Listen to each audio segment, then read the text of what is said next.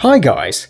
The times when knights fought in tournaments to win the heart of a fair lady are long gone now. And although many girls would think that's sad, actually there's no reason for remorse. Yeah, it all seems so beautiful and romantic, but in reality a medieval knight would be of no interest to a modern lady at all. Should a modern woman meet a real knight, she would probably be filled with horror. You don't believe us? Well, here are 10 terrifying facts about medieval knights. Let's get it on. To begin with, knights were of a short height. Yes, that's a proven fact. At the end of the 14th century, the average height of a knight barely exceeded 1.6 meters. Of course, not only knights were short, everyone was a little bit dwarfish at that time. In our days, the standard of beauty is a well-groomed, clean face. Think for instance of those perfect faces in commercials. But you wouldn't believe how a medieval knight's face looked like. It was not only unshaved and dirty, but often also pockmarked, since almost everyone was suffering from this disease at that time in Europe. Still, it's nothing compared to what we're about to tell you.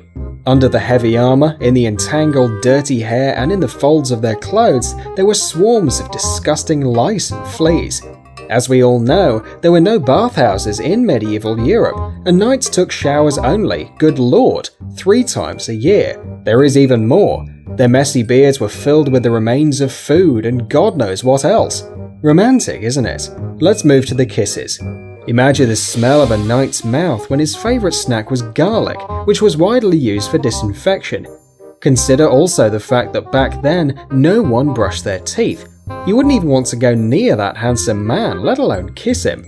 Although you know different strokes for different folks. By the age of 25, knights had already a pretty impressive lack of teeth, so it is most likely that they were awfully lisping while talking. While on campaign, knights were encased in armor 24/7, and no matter how hard they tried, it was physically impossible to remove it without somebody's assistance. And even in that case, it took about an hour to put it on or take it off. So guess where a gentle knight was forced to eat himself? Yeah, right there, straight off. Okay, moving on. Middle Ages archives gives us tons of evidence that a women's life back then wasn't exactly a picnic.